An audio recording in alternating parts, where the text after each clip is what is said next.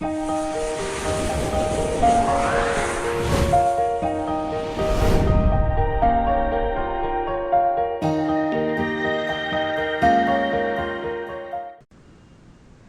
friends, welcome back to the tetrahedron chemistry classes. So guys, in today's lecture I am going to solve another problem from the CSIR NET examination.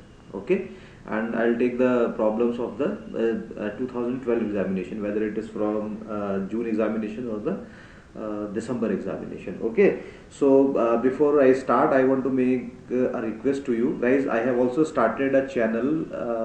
Basically it's a vlog, video log, and the name of the channel is the Devlog. So in the middle of the lecture you will find the 5 to 10 seconds clip 2 or 3 times in the entire lecture, right? If you like it, please subscribe that Devlog also, right? And do watch and share also. Okay, so now I am going to start my lecture, my today's lecture. So you see what is the first problem, and the problem which I have taken, it is from the June 2012 examination. You can follow my cursor. Okay, and so this is the first problem, guys. Okay, and in this problem you can see in the 400 megahertz 1H NMR spectrum of an organic compound exhibited a doublet. That means you have taken an instrument which is having the strength of the 400 megahertz, and you have taken a spectrum, proton NMR spectrum of that particular organic compound, and that organic compound actually gives a doublet. The two lines of the doublet are at delta 2.35 ppm and delta 2.38 ppm. Then what would be the J value? And your options are 3 Hz, 6 Hz, 9 Hz and 12 Hz. So what is the trick to solve such kind of the problem? So there are two methods I am going to explain to solve such kind of the problems. It is up to you which one would you adopt, the shortcut method or the detailed method. So first you see what I can do here. Say this is the solution, how you solve the problem. Say this is the doublet.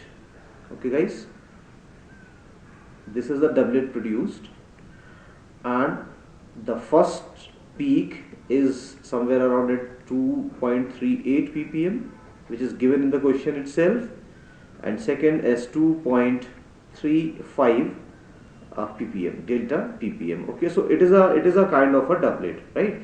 And first is this 2.35, which is this one, and second is 2.38. Remember, whenever you have this kinds of the problems, then your see this lower value always comes on the right hand side. As you know, the NMR scale starts from the 0 to 10 ppm like that. See here, if you follow the scale, this is 0, 1, 2, 3, and it goes up to 10, right? This is the scale of the NMR. So if you have the lower value, then you will put that lower value on the right hand side. Okay, now what is the J value actually, right? What is the J value or the coupling constant? Coupling constant is nothing but it is the distance between these two peaks, but that distance must be in the hertz. So if you take the distance between these two peaks, then this would give you the J value. So how you can calculate this J value? So you see here what I can do. You can use this particular formula, delta ppm, right? That is equals to shifts in hertz divided by instrument frequency. Instruments frequency, in that manner. Okay, and that is instrument frequency must be in megahertz. So this is the formula. So how you can solve it? Say first you see, you can check here, this 2.35 is given here, you can put that 2.35 here.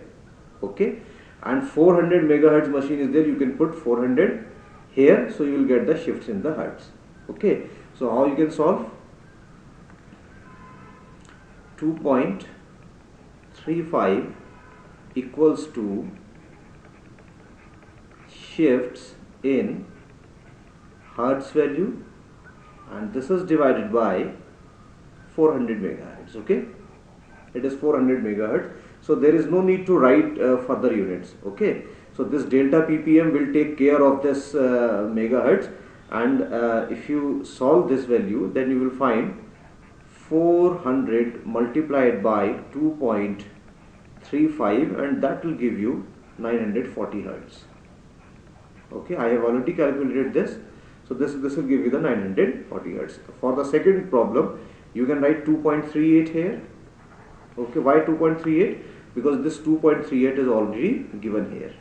Okay, and then that is equals to shift,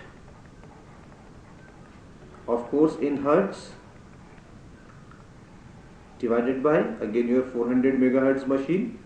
And if you solve this particular problem or this calculation, this will give you 2.38 multiplied by 400, and that will give you 952 hertz. Now what is the J value? So basically you are having these two data. This is your 952 hertz. Okay, and this one is your 940 hertz. So if you take the difference between the two, this will give you the J value. Okay, so J would be your 952 minus 940, that is 12 hertz. So this is the one way of solving, and so option D is looking the correct answer in that case. So this is the one way of solving, which gives you the clear insight how you can solve the problem. However, you can also use the shortcut method. So how you can use the shortcut method? Say I am writing here shortcut method.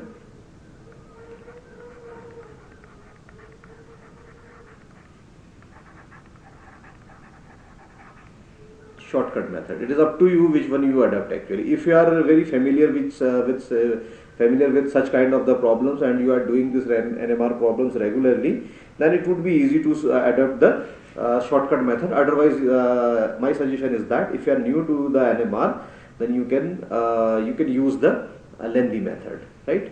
So how the short method works? That is equals to J value, that means coupling constant equals to 2.38 ppm minus 2.35 ppm whole multiplied by 400, right? So if you solve this, so the difference between these two is 0.03.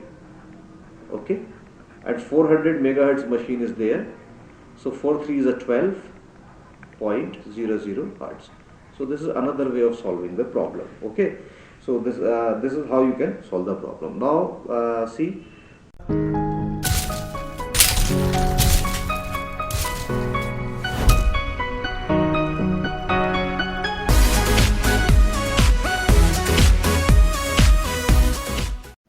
Hello दोस्तों, देवलोक में आपका स्वागत है। क्या आप बुरे लग रहे हैं? आप बुरे लग रहे हैं?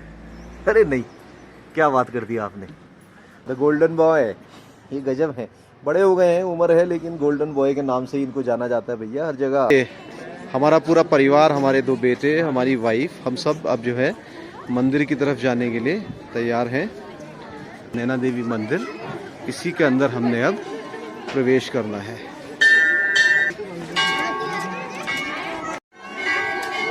अब हम ये नैना देवी मंदिर प्रांगण में प्रवेश कर चुके हैं।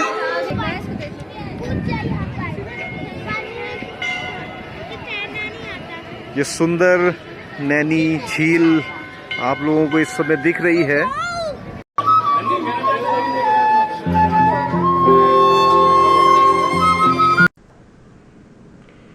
So this is the second problem again from the June 2012 examination, and the problem is like that. You have been given 2 compounds A and B. Say this is your compound A and this is your compound B, exhibited the 2 singlets. That means this molecule and this molecule both are giving the 2 singlets, each in their proton NMR spectrum. So what is the meaning of that? When you took the NMR spectrum of these 2 compounds separately, then this will give you the singlet, this will also give you the singlet. Okay, the expected chemical shifts are at delta. That means you have to calculate the delta shifts, delta ppm values, right? So this initially this problem actually looks like the pretty complex one, but I am giving you the trick how we can solve such kind of the problem.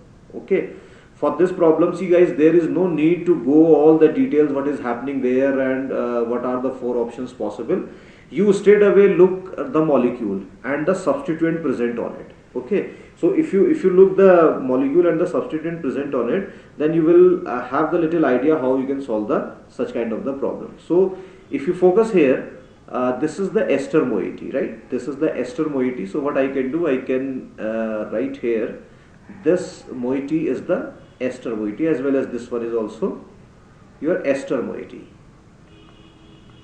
This is the ester and this is also ester.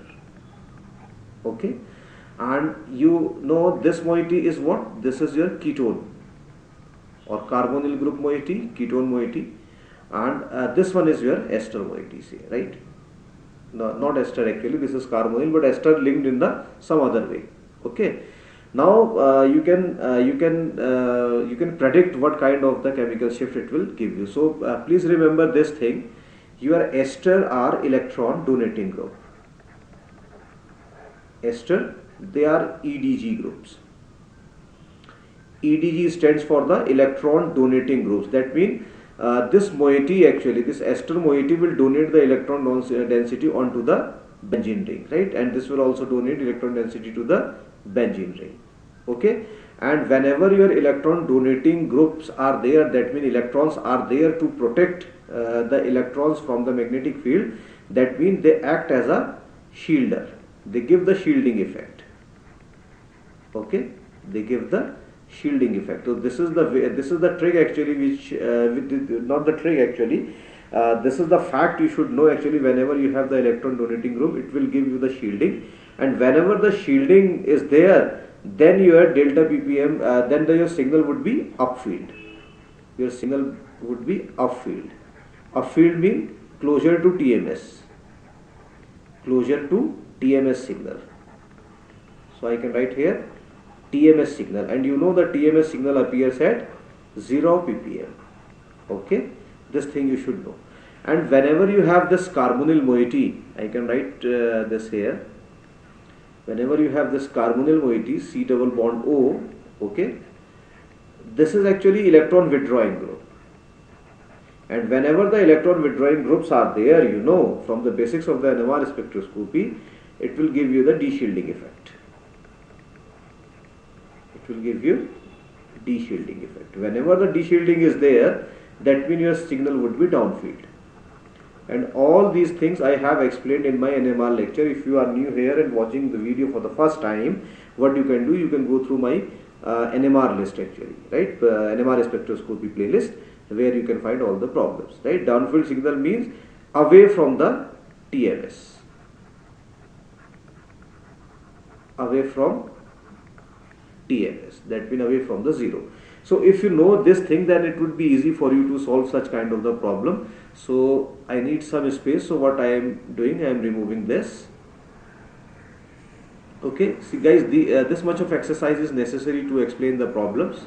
Okay, now I also don't need this, so I am removing this, and I am also removing this. Okay, I'm removing this. So what will happen in that case? You see here, these electrons which are present here, what they will come to this particular position due to the resonance. Okay, and the electron density will come here. That means in that case your benzene nucleus is shielded. Shielded protons. Shielded protons of benzene. That means, you know, for pure benzene actually, if you have the benzene pure, then you have the signal somewhere around at 7.0 ppm roughly. Shielding means, that means they are protected now, that means the signal would be upfield. Upfield means more close to the your TMS signal, so it must be actually less than 7 ppm. Okay, less than 7 ppm. Okay, so whatever the signal you will get for this benzene ring, right, that benzene ring, it would appear on the lower than 7 ppm. Okay, and furthermore, if you want, then you can shift this electron also here, and this is also here. So these two ester groups are there which are electron donating. So if you go by this thing, the shielding thing, so what can happen in that case? The signal is the upfield, and in that case for compound A actually, right, for compound A you will get the signal somewhere around 6.9 ppm. 6.9 ppm, right? However, this 6.9 ppm is not actually clearly showing the shielding effect of the ester, but some you can predict actually. Okay, and if you go further actually, say for example this for the second one, this is your carbonyl group, right, and this carbonyl actually is the electron withdrawing group. So what it will do, it will suck the electron density towards itself, right, inductively it will suck the electron density towards itself. So this benzene nucleus basically are the de-shielded now, because electrons are not there to protect the protons. Okay, so they are the de-shielded one, de-shielded. So that means the benzene nucleus for this particular the protons of the benzene nucleus for this compound B would be the downfield signal, right? And what value you would expect for this one? Definitely away from the 7 ppm. Okay, so you can check here in this option. See, you can see this B cannot be your answer, guys. Why B cannot be your answer? Because for A it is showing 7.7 ppm. Okay, and similarly this D cannot be answer because it is showing the 7 ppm for this one. This cannot be your answer. The only answer you can have, like 6.9 this one and 6.9 this one, right? And both are actually looking the same one. Now what you can do, you can go further actually, right? So these are the ring protons. Now focus here the protons which are present here. You see this one. This is the methyl signal, and this is also the methyl. They will also give you the one signal. Okay, and this is also methyl, and this is also methyl. You will get a singlet for this one. So in short, what you can do, see the carbon, this carbonyl functionality is the electron withdrawing, right, and de-shielding would occur. That means that they would be they would be downfield actually. So ring proton somewhere resonating for this somewhere around 7.7 ppm. Okay, this thing you should know. Now you are checking for the methyl protons, right, and you see in that case this methyl is connected with the oxygen.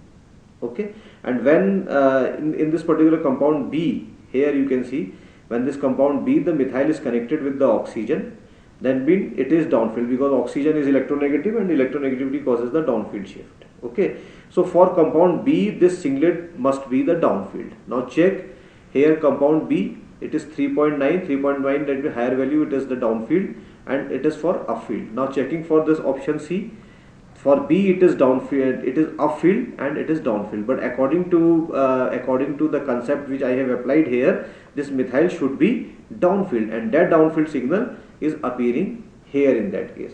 So this this option A is actually looking the more correct option.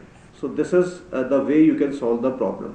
See, first you have solved these the problem, the ring protons, right? So based on the shielding and the de-shielding, and then another signal due to the methyl you can predict on the basis of the electronegativity of the oxygen. See, however, you can argue that, right? What argument you can make? This carbonyl is also the electron withdrawing. This carbonyl is also electron withdrawing, so they will also make this methyl protons to appear at the downfield signal.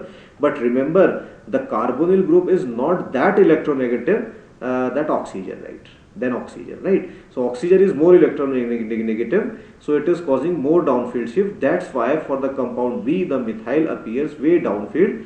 Like here you see 3.9 ppm, right? And this is 2.1 ppm. And you know the higher value is the your higher value is the higher value is the downfield value. So this is the way you can solve this problem, right? However, to solve such kind of the problem, you have to do lot of practice. Okay. Now this is the next problem.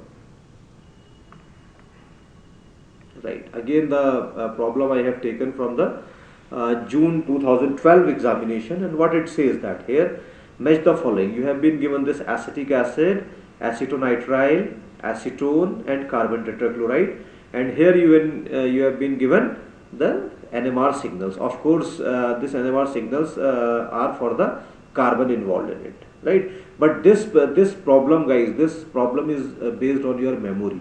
If you have memorized the carbonyl functional group chemical shift for the different compounds, only then you will be able to solve such kind of the problem. Otherwise, it would be very difficult to solve such kind of the problem. Okay, so in what ways actually you can solve this kind of the problem. So I am giving you the way actually how you can solve the problem. For example, you are having say this carbonyl.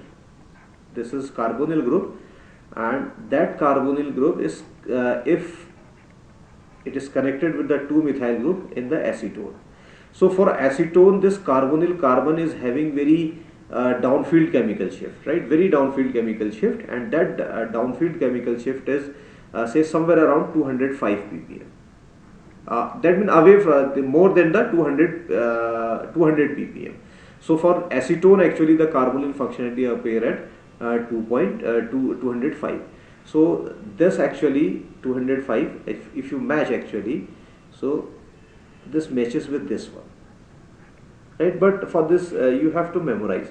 Now if you have say second compound, see compound A, actually this is what, acetic acid. So acetic acid, you can write CH3, C double bond O, OH. Okay, this is your acetic acid. So in that case, in acetic acid, you know the resonance is possible. This electron pair can come here and this electron pair can go there. So you can form a new compound, which is other resonating form, not the new compound. This is C, single bond O, negative, double bond oxygen, this is positive. Now this is hydrogen.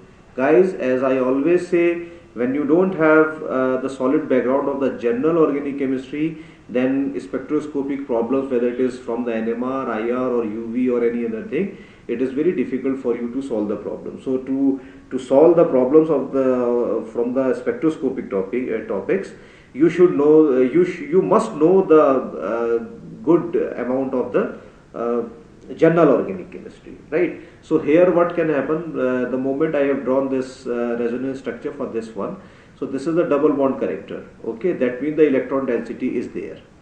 When electron density is there, that means this carbonyl is actually shielded by the electrons in the second form. So it is the shielded element. This is the shielded carbonyl, and when it is shielded, that means it is upfield. It is little bit upfield. And upfield means, that means the lower value of this ppm. So in that case, T205 205 is there.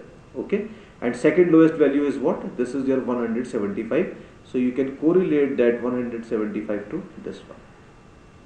This is again the very important one. And then you are having what? Now you left with the acetonitrile and carbon tetrachloride. You know the carbon tetrachloride is CCl4. So I can write chlorine.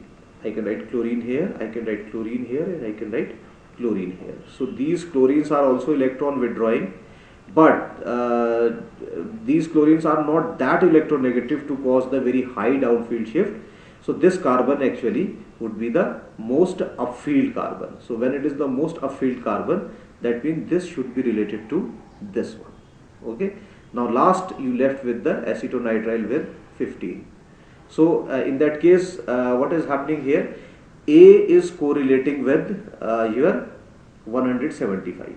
That means 3. So I can write here, this is 1, this is 2, this is 3, and this is 4. Okay. So 1 is correlating with 3. Check whether A is correlated to 3.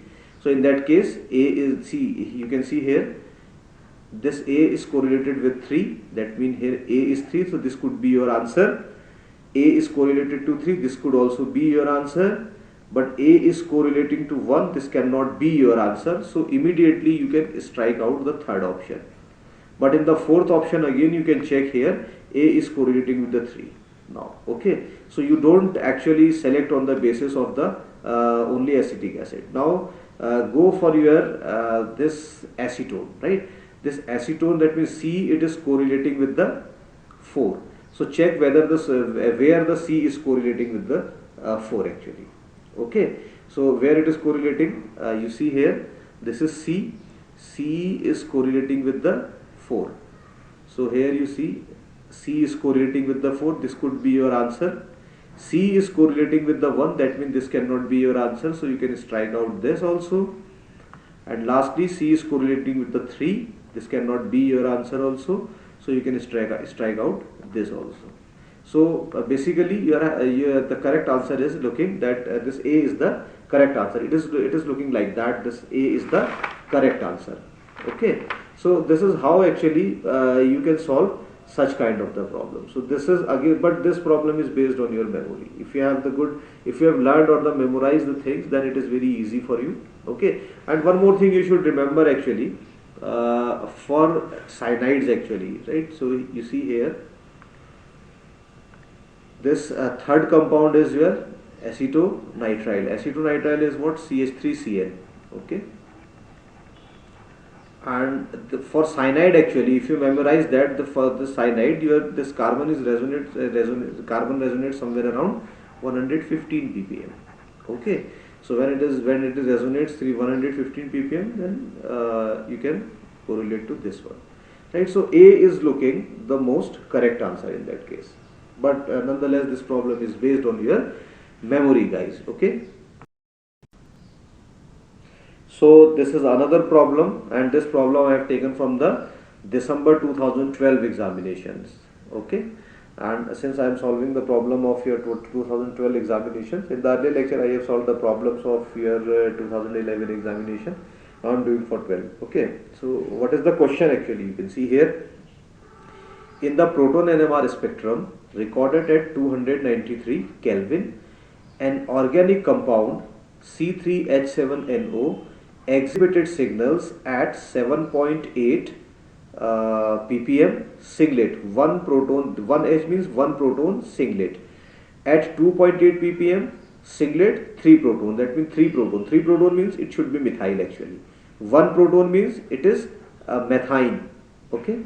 And 2.6 ppm, 3 proton methyl, that means singlet. 3 proton means methyl, it is a singlet. That means you are getting the singlet everywhere. There is no splitting of the signals. Okay. And see, if molecular formula is that, so which one would be the correct answer for the given molecular formula according to the NMR spectroscopy?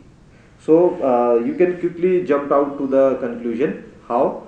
Say check what is given here, guys. You see here C3 is given here, but in that case you see here, if you check, say 2 methyls are there, right? So 2 methyls are there, that means 2 carbons. 1 carbon is here and another carbon is here. So 1 plus 2 equals to 4 carbons, right? And this in the question itself it is given that only 3 carbons are there. Okay, when only 3 carbons are there and it is if in the option B you are having 4 carbon, that means you can immediately strike out the option B. This cannot be your answer. Okay, now you go further. You see here, in that case you see I am going for the D, right? See, in that case this D is the methyl actually. So what I can do, I can write this structure a little more correctly. That means it is your CH3, right? Fine, there is no problem is that this is also CH3. So you will get the singlet for this one, and you will get the singlet for this one, and singlet for this one. And in your question also, singlet, 1 proton singlet, that means this is this one. 3 proton singlet, you can consider say this one, and 3 proton singlet you can consider to this one. But remember, this methyl group is connected with the oxygen. Okay, so this should be very much downfield. while this methyl is connected with the carbon, this cannot be downwheel. That means there must be the significant difference in the carbon chemical shift of this methyl which is connected with the oxygen and this methyl which is connected with the carbon. But in the question itself, you see there is not much not much significant difference. It was actually 2.6 ppm, right? So there is no much significant difference in the chemical shift, right? But here, the according to the structure given here, there must be the difference between the two chemical shift between the chemical shift of the two methyl, which are connected with the two different environments. So this cannot be your answer. You can strike out this one also. Now you left with only this option and this option. Okay, fine. This will give you the singlet, and that singlet must belong to the 3 proton, and this will also give you the singlet, and that singlet must be 3 proton singlet, and it is your 1 proton singlet, right? This could be your answer. And similarly, you can see here for the this particular compound. Okay, initially it's you can see here this cannot be your answer, but we cannot conclude like that. But again, you can see this methyl is connected with the nitrogen, and this methyl is connected with the carbonyl. So there again you see, based on the electronegativity of the nitrogen which is directly connected with the carbon and carbonyl group which is directly connected with the methyl, there must be some difference between the chemical shift of these two methyl groups. But in the question itself, in the methyl signals, there is not much difference in the chemical shift. So this C cannot be your answer. You can strike out C also. So what you left with only A. So what happens in case of the A, I can explain this thing. Say for example, if you have drawn the structure like that, see basically this molecule is what? It is DMF, dimethyl formamide, N-dimethyl formamide, and it's a universal solvent like DMSO, right? It's a very famous solvent. Okay, so you see here, if I put hydrogen here and if I put 2 of the carbonyl here, and with this nitrogen I can put 2 methyl. Okay, so what you can see here, this can undergo the resonance like that,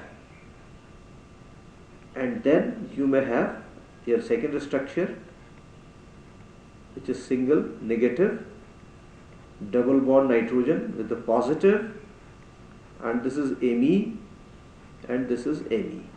Okay, so you see this is the double bond here, that means it is a kind of the alkene, right? And when you have the alkene actually, so there is a question whether this double bond can rotate or not. But in that question itself actually 293 Kelvin is there. 293 Kelvin is somewhat close to the room temperature. It is basically room temperature. So at room temperature, what happens actually? See, if you think that if you don't know about this double bonding and all these things, if you focus only on this particular structure, then you can say, okay, this cannot be your answer because these two methyls are equivalent and they will give you the one signal. But it will be wrong, right? 100% wrong. Because you see this resonance is there. Due to this resonance here, double bond character is there. Okay, that means it is the fixed geometry. And due to this fixed geometry, you know, this methyl is actually trans to this hydrogen, and this is the methyl which is cis with respect to this one. So basically we are having the two different methyl groups. Whenever you have the two different methyl groups, you will have the two different signals. And at room temperature, energy is quite low actually, and this rotation is not possible. When this rotation is not possible, that means one methyl appears at the trans position, other at the cis position, and they have the different chemical shift. Okay, and whenever they have the different chemical shift, so you can think in that manner. This trans methyl, it appears somewhere around 2.8 ppm. Okay, and it appears at 2.6 ppm.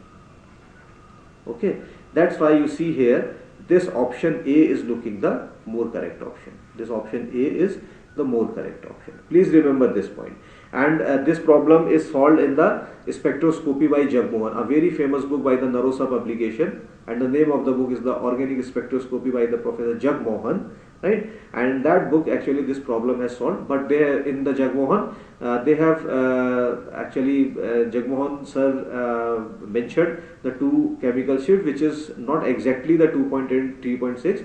Basically Jagmohan sir reported for this trans actually 3.08 ppm, and for this methyl they reported 2.6 ppm. Okay, please remember. So this is the correct answer. This is how you can solve the problem. Okay. So this is the next problem, which is this one. And what the problem says here, again from the December 2012 examination, in the IR spectrum of paranitrophenyl acetate, the carbonyl absorption band appears at 1670 centimeter inverse, 1700 centimeter inverse, 1730 and 1760 centimeter inverse. So this is the 1760 centimeter inverse.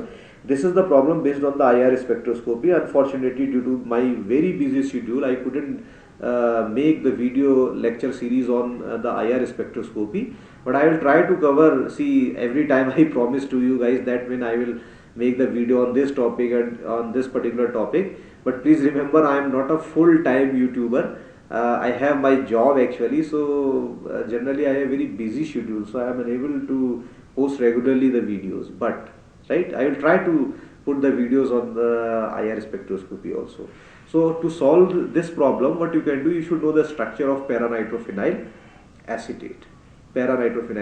So what you can do, you can write this benzene ring as it is saying that phenyl. Okay, and since it is the acetate, so you can write either C double, this is O, okay, and this is carbon, and this is CH3.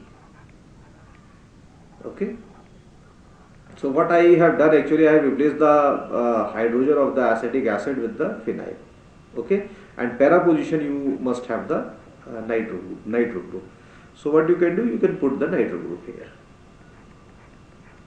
So I can write nitro here. So this is the picture actually, and this problem is basically again based on the memory. If you have memorized the absorption bands or the absorption frequency of the functional groups, actually the carbonyl moiety. See, this carbonyl is very important in the in my organometallic lecture series. I have solved the carbonyl frequency IR spectroscopy, the problem based on the IR spectroscopy, of your carbonyl compound. You can go there and learn from there also. But see, this question actually is asking the carbonyl frequency, carbonyl stretching frequency rather.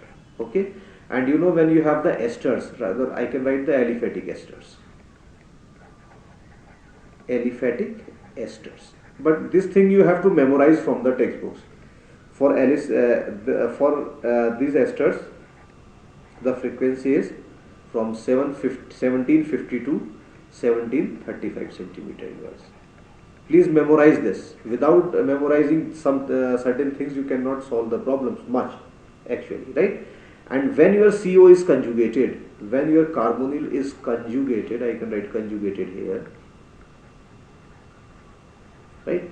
When this carbonyl is conjugated, then actually it goes a little lower, like you see 1740 to 1715 centimeter, especially when your carbonyl is conjugated with certain aromatics. So I can write is conjugated with aromatics. It will give more insight. With aromatics, I can write aromatics here. Okay, so this is something very important. And here you can see what is happening in that case. This carbonyl moiety is there. So, and this, you know, this NO2 is what? This is electron withdrawing. This moiety is the electron withdrawing moiety. So I can write here EWG moiety, or electron withdrawing groups, right? So whenever your electron withdrawing groups are there, they actually decrease the value from this actually decrease. What will happen actually? See, in that case, this can come here, this can go there, and this can come here. So this carbonyl, after see, if you make the structure like that, carbon single bond oxygen, double bond oxygen, right, with positive and CH3, right, and here your phenyl group with NO2 is continuing. So this actually, you see here, it is having the single bond character. When it is having the single bond character, then definitely what can happen, or you can consider not single bond character. I am losing the way actually, which I want to explain. So I am recollecting what actually I want to explain. See, in aliphatic ester, what I have told you, in aliphatic ester, this carbonyl frequency actually is in the range of 1750 to 1735 centimeter inverse. Please remember. So any electron withdrawing group, which is this one, electron withdrawing group, see, whenever the electron withdrawing groups are there, so it shifts the frequency to the higher chemical shift, higher frequency value, not lower but the higher frequency. Remember, I can write here, electron withdrawing groups shifts bands towards higher frequency, and you can check here which is the higher frequency. 1670, there is no chance, okay. 1700, which is not the characteristic of the ester. 1730 is the lower, but 1760 is looking good. However, you can consider the for aliphatic ester, this is the correct answer, but electron withdrawing group actually shift the bands towards the higher frequency. So this 1760 is the little bit higher frequency, and this seems the correct answer. So option D in that case, guys, you can see this option D is the correct answer in that case. So basically this paranitrophenyl, right? Basically this paranitrophenyl is actually increasing the stretching frequency, right? And which is giving the value of 1760. So you will learn a lot actually about general organic chemistry to solve such kind of the problems. So guys, your next problem is again from the June 2012 examination, and what the problem says, the number of signals that appear in the broadband decoupled 13 CNMR spectrum of phenanthrene and anthracene respectively are. See guys, again this problem is based on the memory and based on the fact that how you memorize the your hydrocarbons. If you don't know the structure of the phenanthrene and anthracene, then it is the wild goose chase for you to solve this particular problem. Okay, but if you know the structure, then it would be quite easy. So to solve this kind of the problem, you must know the structure actually. So I am drawing, say, anthracene, right? So anthracene is actually the 3 fused benzene ring. So this is benzene ring number 1. This is benzene ring number 2. However, they are not benzene right now because I haven't put it the double bond inside the ring. So when I put the double bond here, and double bond here, so this is the anthracene. So how many signals would you expect for this one? So for this you have to have an idea about the symmetry elements present in the molecule. If you have the idea about the symmetry element, then you will be able to solve such kind of the problems. See guys, you can put an imaginary plane from here to here. You can bisect the 3 rings from the middle passing through the ring actually. So this will be the plane of symmetry. So how the plane of symmetry would look like, I am giving you insight like that. So this is the plane of symmetry. You can write sigma plane. So this molecule is having the CN axis as well as sigma planes, right? But it is always better if you try to find the sigma plane in the molecule, because sigma plane gives the idea about the identical kind of the carbons or the hydrogens, right? So if you put the plane like that, so what I can do, I can number them actually, right? Say this is the set A proton, okay? Say this is set B, this is set C. I can write in that manner. Since the symmetry plane is here, so these three ABC carbons are equivalent to these 3. So they are also ABC. So you can write again, say this is A, this is B, this is C. Okay, and same is true for this one. Say for example, if you say since this you can see here this plane of symmetry is there in this ring. So these 3 carbon and these 3 carbon are also the same kind of the carbon. So what I can do, again I can write, say this is A, this is B, this is C. So this must be A, this must be B, this must be C. Okay, and now you can see you left with these 2 carbons. So they are not actually symmetry related. So you can call them as D and D. And one more thing, you can also put the imaginary plane or the sigma plane like that. See, so second plane I can put in the molecule like that. So if put this is another sigma plane, okay, another sigma plane. So if you put the sigma plane like that, that means this carbon and this carbon are equivalent, this carbon and this carbon are also equivalent, this and this also equivalent. So how many total different kinds of the protons are there in that case? Type A, type B, type C and type D. So they all will produce a signal. That means 4 signals are there. 4 carbon signals are there because they are the proton decoupled one. So there is no, you should not worry about the other things like splitting and all these things. So 4 signals would be given by the anthracene. Okay, and in the, you see here 4 signals are there, so this could be correct answer, right, for anthracene. This is the anthracene. Here 10 signal for the anthracene, this cannot be your answer. This is the 4 signal for the anthracene, this could be your answer. And in that case 7 carbon signals for the anthracene, no, it is not possible. So you can strike out the option B and the option D. What you left with the option your A and B. Now there is a very hard competition between these two. Now for this to check, actually you have to draw the structure of your phenanthrene. So phenanthrene is what? The 2 benzene rings are have fusion sideways like that, and another benzene ring, if you know the stereochemistry, then it is fused like that.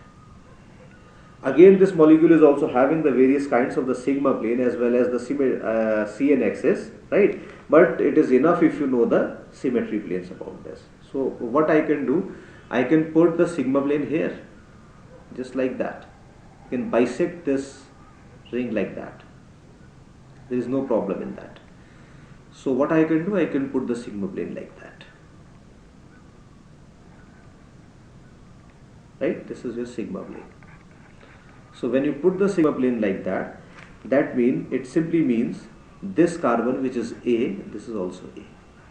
There is no problem in that. Okay? And definitely this and this, they will also the of the same kind. Like this is B, this is also B.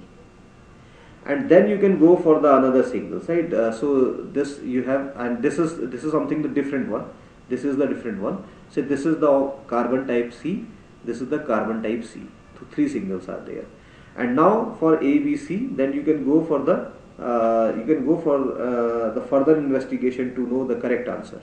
Okay. Then this is A, B, C.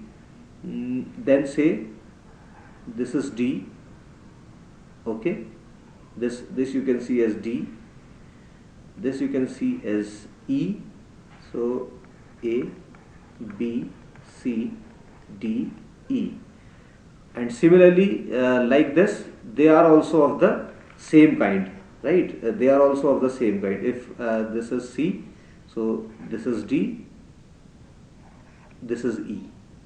Okay, that means you are having F and you are having G. This is also F and this is also G. So total how many is A, B, C, D, E, F and G. These sets of the carbons are there. That means 1, 2, 3, 4, 5, 6, 7. That means it will give you the 7 signals. So when it will give you the 7 signals based on the symmetry element, so your correct answer is actually option C. Option C is the correct answer, because there is no way by which you can this anthracene can have the 10 different carbons due to the various symmetry elements presented in it. Right? So this is the way of solving this kind of the problem. Okay, now moving to the next problem. So this is the next problem. Okay. what the problem says, 4-hydroxybenzoic acid. So to solve this kind of the problem, the only thing is that you must draw the structure for this. So I can draw the structure. So here I can draw the structure. This is what benzoic acid 4-hydroxy. So what I can do,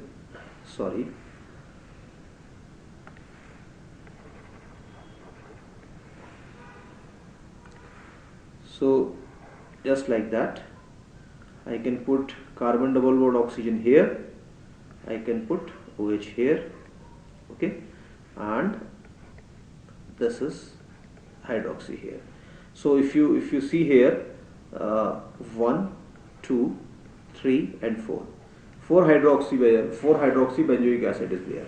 So 4-hydroxybenzoic acid exhibited signals at 171, 162, 133, 122 and 116 ppm in the broadband decoupled carbon NMR spectrum. The correct assignment. See, initially the question looks like very tricky and the very difficult one. But again, I told you the trick, don't go for the different kinds of the option. Draw the molecule and apply the basic organic chemistry or the general organic chemistry concepts to the molecule in order to know the shielding and the de-shielding. Okay. So in that case, you see what I am going to explain here.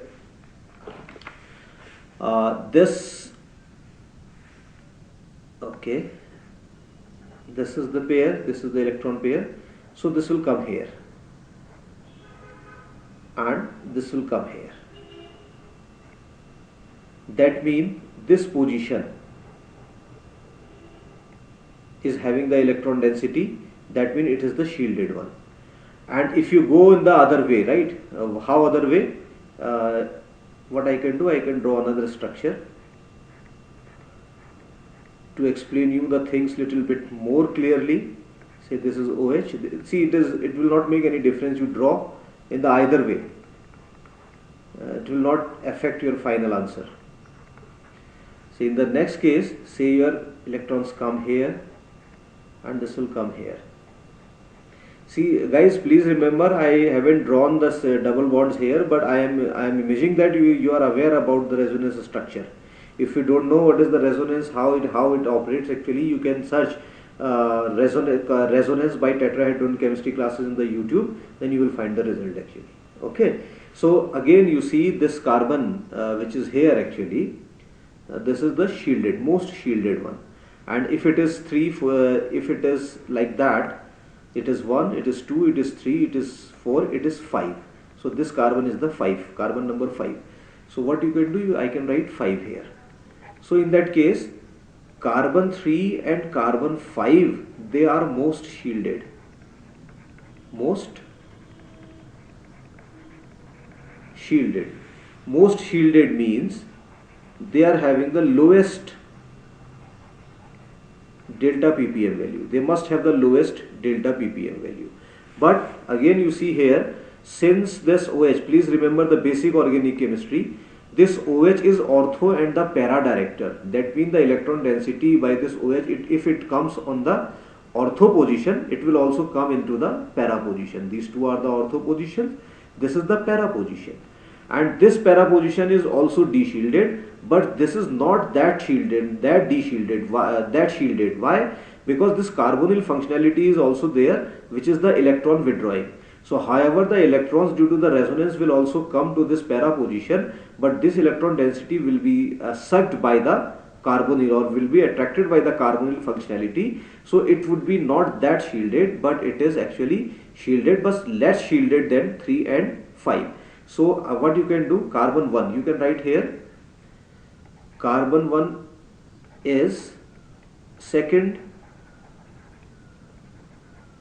most shielded. That means higher value of delta ppm. So if you know this much of thing, and now you remember this thing, this is the meta position, this is the meta position with respect to this OH. I am talking about with respect to this OH. Okay, so this is meta, So when you draw the resonance structure, the meta positions do not get any electron density, so they are the d-shielded. That means 2 and 6. If this is 4, if this is 1, 2, 3, 4, 5, this is the sixth one. So you can write here 6 here. So your 2 and 6, they are d-shielded. They are d-shielded. When they are d-shielded, that means they are having the highest delta ppm value. So now you can make your assignment. So carbon, what different values are given here? 171, 162, 133, 116 and 112. So most shielded means that 3 and 5 have the lowest value. So carbon 3 and carbon 5. So lowest value is what? 116 ppm. Check in which option actually carbon 3 and carbon 5 is having 116 ppm. So this is carbon 5, carbon 3 and carbon 5, but it is 133 ppm. So you can strike out this one. This cannot be your answer. Go for the second one. Second one is this one. Carbon 3 and carbon 5. It is the most shielded one. So it is having the lowest value. So this could be your answer. So don't disturb this. This could be your answer. This is going correctly. And in the third option also, option C, this is 116 for C3 and C5. This is also going the correctly.